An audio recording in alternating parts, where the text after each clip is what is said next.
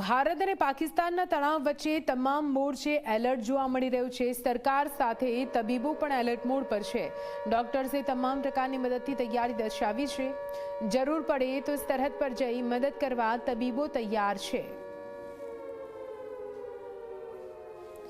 તો આપને જણાવી દઈએ, સરહદ પર જવા માટે તબીબો તૈયાર। ભારત પાકિસ્તાન વચ્ચે તણાવપૂર્ણ માહોલ, તમામ મોરચે એલર્ટ આપી દેવામાં આવ્યું છે। સરકાર સાથે તબીબો પણ એલર્ટ મોડ પર છે।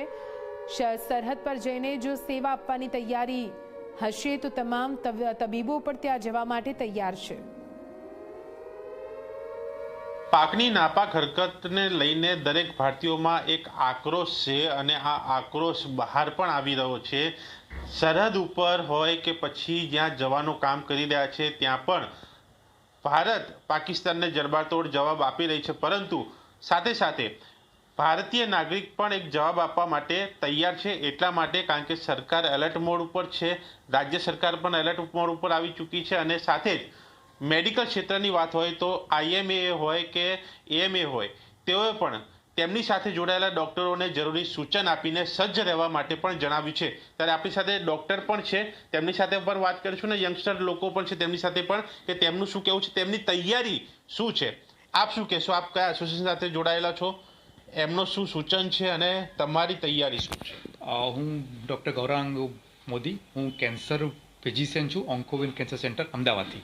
જે પાકિસ્તાને જે આ કર્યું છે એ ખરેખર ખરાબ કર્યું છે અને આક્રોશ આખા એકચ્યુઅલી ઇન્ડિયામાં છે અને આખા વર્લ્ડમાં છે અને એનો અત્યારે મુકાબલો સરહદ ઉપર ઇન્ડિયન આર્મી લઈ રહી છે। હવે ડૉક્ટર તરીકે અમારી ફરજ એ છે કે કંઈ પણ એવી કંઈ હોનરાત થાય તો અમે લોકો તૈયાર છીએ અને કંઈ બી પ્રોબ્લેમ થાય એટલે જે બી અમારું ગ્રુપ હોય છે, અમારું ઘણું વોટ્સઅપ ગ્રુપ છે, પેરામેડિકલ સ્ટાફ છે, એસોસિએશન છે, એ તરફથી અમને પૂરેપૂરા નિર્દેશ મળેલા છે કે કંઈ પણ એવું થાય તો જે ફર્સ્ટ એડ હોય કે જે દર્દીને આપણે સલામત સ્થળે લઈ જવાની વાત તો એના માટે તૈયાર છે અને જરૂર પડે તો અમે બોર્ડર પર પણ જઈને અમારું ફરજ નિભાવવા માટે તૈયાર છે। અચ્છા, તમે શું કહેશો? તમારી તૈયારી કેવા પ્રકારની? યંગસ્ટર પણ છો, જોશ પણ છે અને એક આક્રોશ તો સ્વાભાવિક હશે જ। સ્વાભાવિક છે કે અમે બહુ ગુસ્સે છીએ અત્યારે, પણ તેમ છતાં બી એઝ અ ડૉક્ટર તરીકે અમે જે બી દેશ માટે જે બી સહાયતા કરી શકીએ એના માટે અમે સંપૂર્ણ તૈયાર છીએ અને બધી જ રીતે અમે દેશને સપોર્ટ કરવા માટે તૈયાર છીએ અને આપણા નાગરિકોને સંપૂર્ણ એઝ અ ડૉક્ટર તરીકે અમે પૂરેપૂરી જિમ્મેદારી લઈને એમને પૂરેપૂરો સપોર્ટ કરવા માટે અમે 24/365 ડેઝ અમે તૈયાર છીએ અને અત્યારે અમે ખૂબ જ આક્રોશ મોડમાં છીએ। એટલે અમારી એવી સંપૂર્ણ તૈયારીઓ છે એઝ અ ડૉક્ટર તરીકે। અચ્છા, એક જે ઓપરેશન સિંદૂર જે થયું તેમાં મહિલાઓ આગેવાની કરતા હતા, આપણી સાથે મહિલાઓ પણ જોડાઈ છે, શું કહેશો બેન? મહિલાઓ દરેક ક્ષેત્રમાં આગળ, આ ઓપરેશન સિંદૂરમાં પણ, હવે તમારો આક્રોશ કઈ રીતે તમે બતાવો? એટલે પાકિસ્તાને જે કર્યું એ ખોટું છે અને આપણે જે ઓપરેશન સિંદૂર કર્યું એ બરાબર છે પાકિસ્તાનીઓ માટે।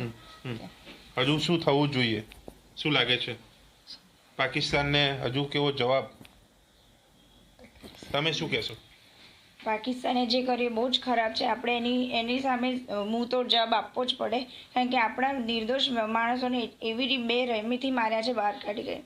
એના માટે અમને બહુ જ ખરાબ રીતે ભયંકર લાગ્યું છે। એટલે જે ઇન્ડિયા કરી રહ્યું છે એ બરાબર કરી રહ્યું છે।